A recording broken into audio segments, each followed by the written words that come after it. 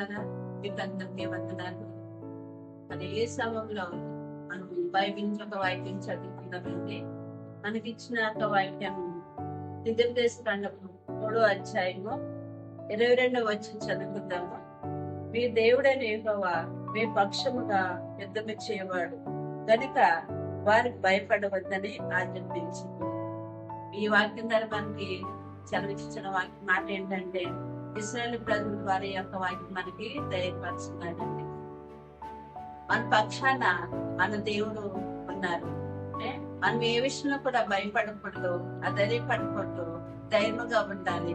మనకు అనేకమైన సమస్యలు, అనేకమైన ఇబ్బందులు వస్తూ ఉంటాయి. మరి అటువంటి సమస్యలు, ఇబ్బందులు వచ్చినప్పుడు మనము మన యొక్క భారం అంతా కూడా మనం ఆయన మీద పెట్టాలి.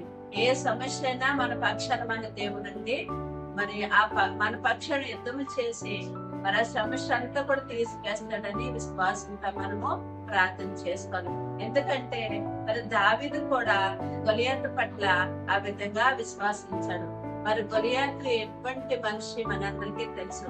అటువంటి గొలియాతుని చంపడానికి మరి దావీదు ఏ యొక్క విధంగా ఉపయోగించుకున్న చిన్న రాళ్ళనే ఉపయోగించుకున్నారు. యుద్ధము యెహోవాదే అని దావీదు కూడా చెప్పినారు. అంత గొలియాతుని చంపడానికి మరి దావీదు పక్షాన్ని మరి ఎవరు యుద్ధం చేశారండి?